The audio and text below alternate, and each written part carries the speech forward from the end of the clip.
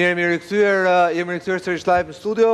Ka ikur zoti Mediu dhe ka ardhur zoti Fatos Flozi, shefi shërbimeve sekrete dhe dhe profesor për çështjet bërthamore. Apo profesor, faleminderit që jeni me ne sonte. Si e pat lajmin e sulmit ndaj kapaciteteve bërthamore të Iranit? Tulsi Gabbard, sekretari i presidentit, sapo thotë që janë dëmtuar pa kthim. Po realisht ne jemi ignorantë kjo pjesa, kështu na ndriço pak. Të gjithë jemi ignorantë. Pse se ti po dëgjon çfarë po ndodh në Amerikë. Presidenti thotë shkatrum.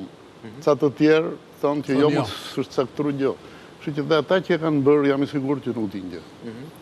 Agjencia Atomike në Vjenë ka kërkuar që të bëj inspektime se janë ata kompetentët për këtë punë. Ata e kanë ndjekur Iranin prej vitesh. Dhe kërkojnë që të vënë çojnë çka ka ndodhur. Irani e di që do ndodhte kjo punë, tani duhet mbroj Iranin, e dinte me kohë. Dhe nuk besoj që kanë dojtur të bërë kërë. Edhe unë kam përshtypjen që edhe ka qenë informuar për sulmin deri diku. Jo, kjo luftë kështu po bëhet. Dhe Irani njofton Izraelin që do bombardoj dhe Izraeli e njëjta gjë. Trump e nisi këtë luftë dhe e mbylli vetë dhe mori lavdrimet. Kaq është. Po i meriton këto lavdrime, pra ideja është fakti që një vend ka kapacitete bërthamore dhe përgjithësi është shqetësues mua që për Hiroshima dhe Nagasaki. Kur e ka Irani, pastaj duket pak si më e rrezikshme. Do të thosh ti apo ta them? Jo, thoni. Unë do të them opinionin tim, unë nuk kam politikan, nuk flas në emër të kërkujt, vetëm opinionet e mia. Pra, Irani vërtet po punon që të pasuroj uranin. Dhe ka 3 reaktorë bërthamor. Urani nuk përdoret vetëm bomba, përdoret dhe reaktor. Reaktorët kanë dhe një merit, prodhojnë pluton, se bëhet një bombë tjetër me pluton. Por kjo punë së është diskutuar, se e di agjencia në Vjenë. Unë jam pjesë e asaj agjencisë. Vazhdoni jeni pjesë e agjencisë? Jemi bën 2010 në antarë. Dhe problemi është që nuk është aq kollaj të provohet. Irani në qoftë se kërkon të ndërtojë një bombë bërthamore, jo për të sulmuar të tjerët. Shiko Korenë e Veriut. Korea e Veriut e ndjen veten sigurt pse se ka armë bërthamore. Dhe e di që nuk e ngacmojnë kot. Pse se merr mas. Po, se pastaj luan me zjarr. Edhe Korea po bën raketa, edhe Irani i bën raketa dhe unë prandaj them që ata po punojnë për bombën. Po punon Irani. S'ka asnjë shans që ai të përdorit parit. Pastaj një gjë e dytë është kjo. Një bombë nuk hidhet termiku pa u provuar një. Se nuk është një lodër e vogël.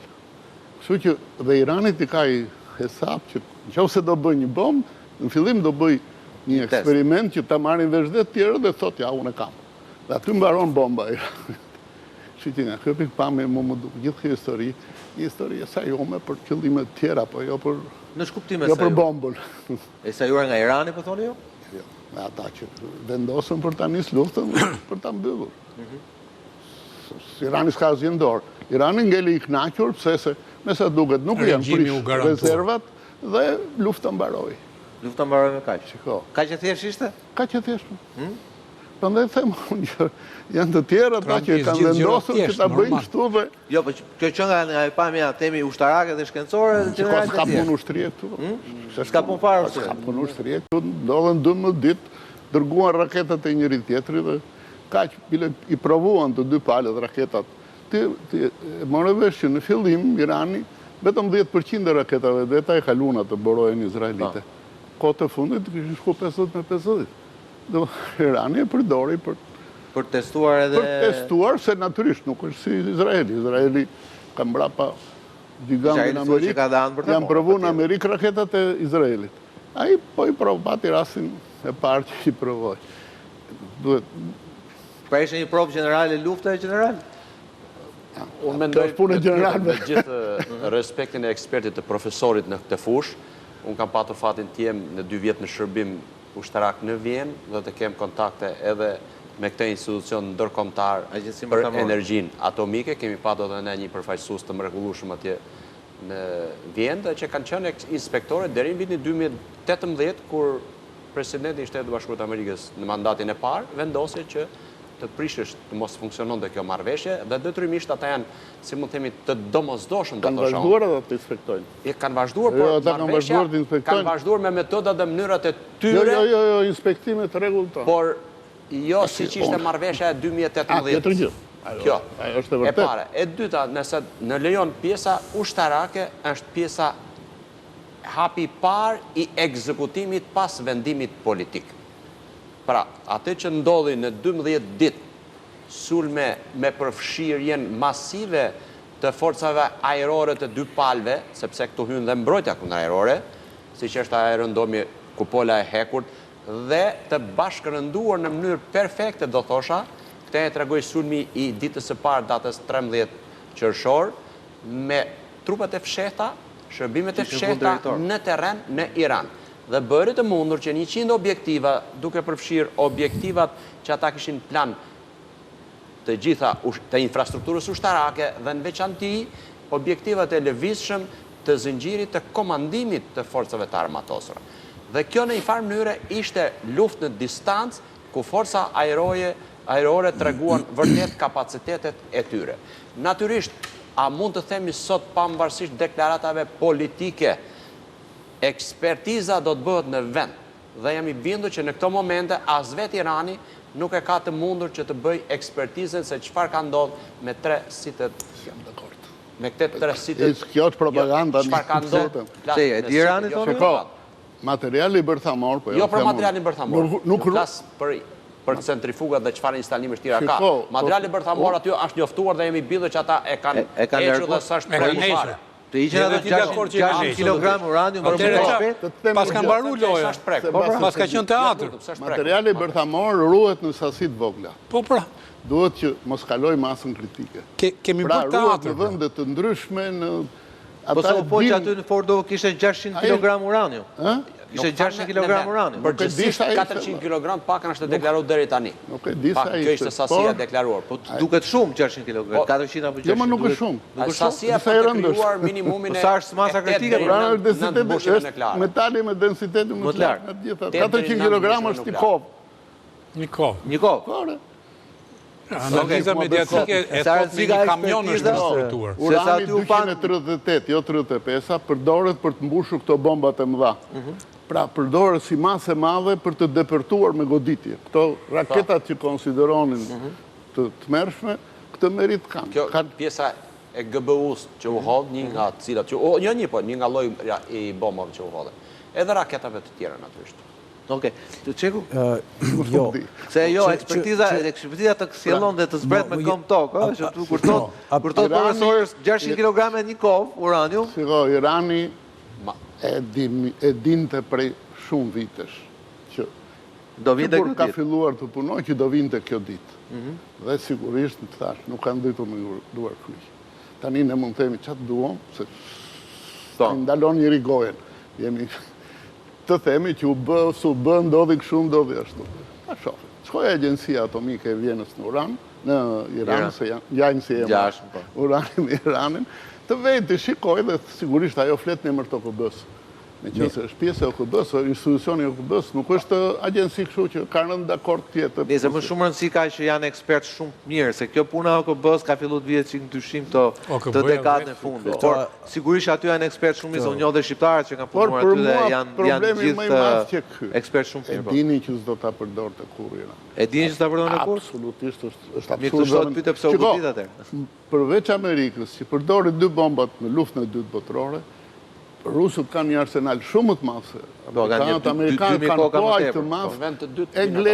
Englezët, francezët, pakistanezët, indianët. Aty po pa dhe një kërkush nuk ka guxuar ta thot, vetëm Putini u çmend tani dhe thotë unë do ta përdor. Deri tani është marrë si garanci për sigurinë e tyre. Deterrencë, pra. Jo për të sulmuar, por do guxonte Irani element për të dekurajuar ty të sulmosh mua. Absolutisht. Po asnjëri nuk mund ta garantoj që njëri nuk çmendet me këtë buton. Një person pavarësisht zinxhirit të treshës që është shpërndar ai butoni, edhe të mund mos ta përdorësh. Gjithsesi, po çertojmë që të mos ndodhë. Është vërtet interesante të dëgjosh ekspertët e fushës se ndoshta meriton. Se na zbresin me këmbë tokë, jo vetëm aq, po ndoshta edhe publiku ka nevojë të ketë më shumë njohuri serioze për këtë çështje.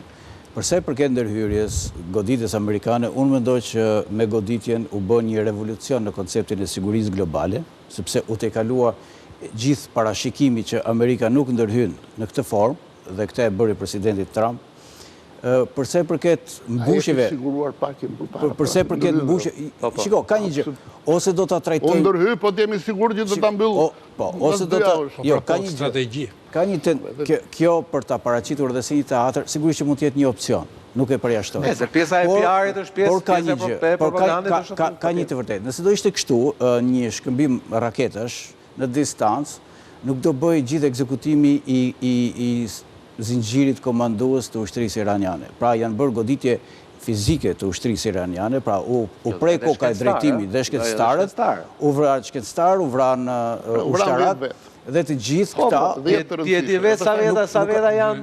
Në një popull me 70 milion banor, nuk është e ka ekspert bërthamor me ka shumë. Vrasja një ekspert bërthamor nuk prodhohet le. Mund t'i komentojmë, për duhet jemi që realist. Po, unë nuk e di se është që jemi pak në presionin e kohës, dhe unë prandaj nuk po tentoj ta hap si temë, por realisht... Jo, dhe unë jam dakord të shohim racionalisht gjërat, jo në sipas propagandës. Shiko, me racionalizëm u godit ushtria iraniane dhe ka rënë në gjunjë. Tani, është fakt. Dhe se çfarë do të nxjerrë... Iraniane është goditur. Është goditur. Kanë shkatru gjithë, për shumë, forcën kundërore ja kanë shkatru gjithë. Informoni gabime... Ato skandale akoma nga tunelet... Vazhdojnë si pas informacione, vazhdojnë terrorin në Iran. Për popullsinë vazhdojnë terrorin në Iran. Organizatat fetare vazhdojnë të bëjnë terror. Ne po flasim për një shtet i cili përbënte kërcënim për gjithë lindjen e mesme. Dhe reagimi dhe qasja e Iranit sot është reagimi një shteti të rënd, të dështuar në aspektin ushtarak. Hapësira ajrore e Iranit u kontrollua nga Izraeli, apo jo? Gjithë komanda ushtarake e Iranit u ekzekutua nga Izraeli. Tre njësit. Pak në qarë njëftuar, që janë vrarë shumë generat. Po mirë, tre njësit kryesore të mbushjeve bërthamore, a u dëmtuan? Ore, më falë në sekund tani, se këtu po flasë. Ora, asus kam qenë në Iran as juve tani, dhe po flasim për ato që shonë, edhe që shikoni... Nga ta gjera që bëhet analizë dhe përtohet. Mirë, të të bëj një pyetje... U vranë ca njerës në përshpjet e tyre, dhe kjo është... Jo, a u dëmtuan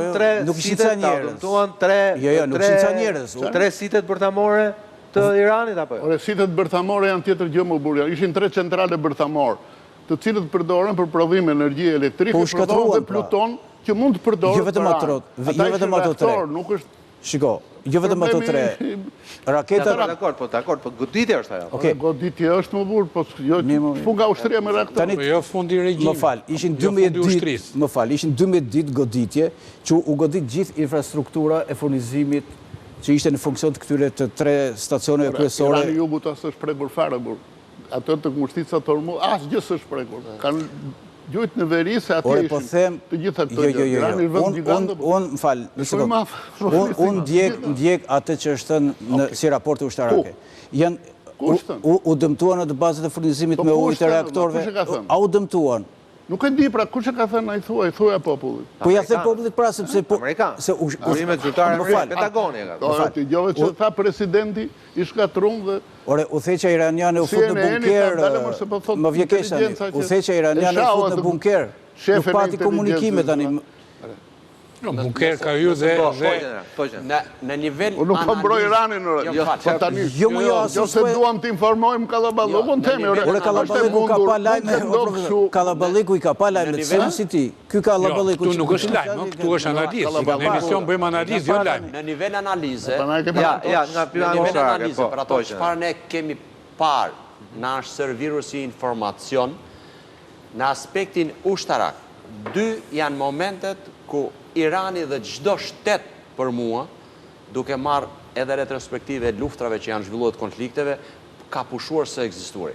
Së pari, momenti parë kur u godit me 13 qershor. 1, që doli jashtë luftimi, gjdo lloj mënyre për të reaguar e Iranit. Së dyti, reagimi dhe bombardimi nëpërmjet B2-shve dhe forcës ajrore dhe asaj detare të kombinuar të goditjeve që bëri 3 siteve bërthamore nga Shtetet Bashkuara të Amerikës. të hysh, të bësh një aksion, të godasësh 20 minuta, të dalish i pa prekur në asë një lloj niveli, në aspektin ushtarak, duke filluar nga niveli strategjik më i larti, e deri tek ai që vepron i fundit, unë, sa njohuri kam, jo, nuk po flasim për sukses ushtarak.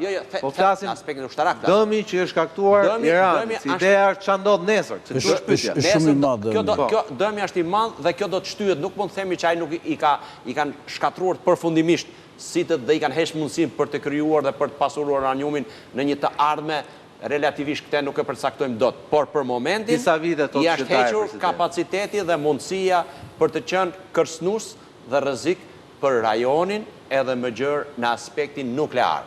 Themun, për arsye të goditës, pra qoftë dhe përkohësisht, qoftë dhe atë impiantin mbi tokë që e furnizon me energji, aja është dëmtuar, po kjo do duhet ca kohë që të ngrihet i riu dhe të vihet gjithçka në gatishmëri për të filluar procesin e pasurimit në për ato centrifugat e famshme dhe për të finalizuar atë çfarë Irani dëshiron dhe rajonin veçanti e ka dhe e ka patur frikë. Por unë do thëmë që një shteti si Irani nuk mundet pafundësisht dhe në mënyrë të përhershme t'i heqish mundësinë për t'u armatos deri edhe tek pasurimi uraniumit dhe krijimi të ndihmojnë opozitën e Iranit të vëllai, kaq që të ndihmojnë opozitën e që të ketë ndryshim regjimi nga brenda.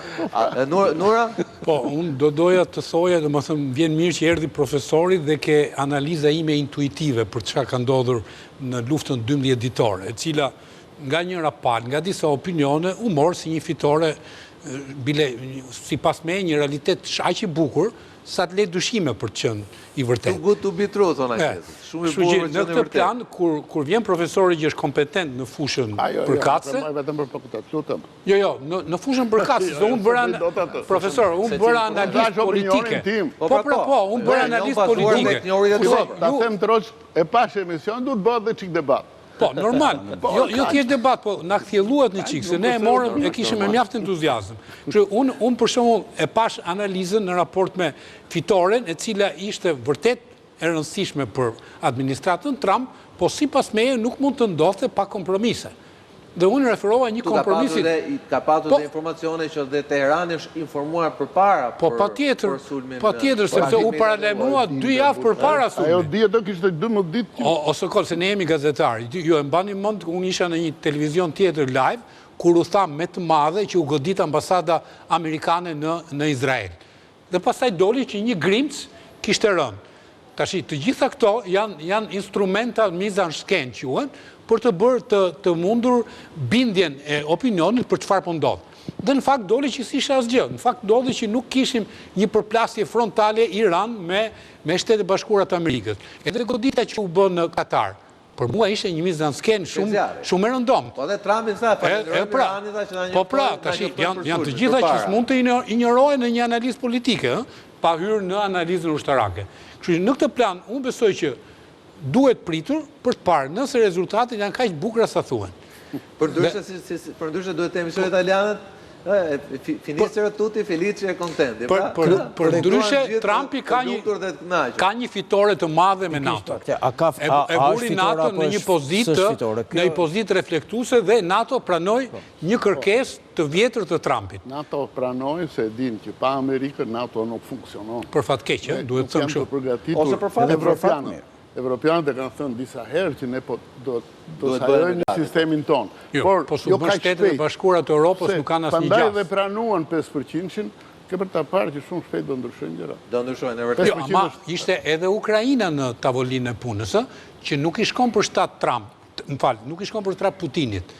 Dhe po themi sinergjia që vjen nga Washingtoni kundrejt Moskës. Prandaj Amerika dhe japi përgjigje e pyetjes. Europa pa Amerikën dhe ne pa Amerikën nuk mbrohemi dot. Nuk bëhet. Pikë. Tani për tani njerëz kush nuk ka dyshim për. Nura, faleminderit Zoiçeko, faleminderit profesor Klosi, erdhe në fund, po ishte si ambulsir. Po dhe na kthjellove, faleminderit general Deprena Beleshek në Esi, faleminderit. Ka që mos ngutemi, jam dakord. Patjetër, do ngutemi patjetër, do presim gjithmonë. Faleminderit Fatimir Mediu, ky ishte redaktori për sonte që jemi nesër në orat 8. Deri atëherë nga Sokol Balla, natë e mirë. Natë e mirë.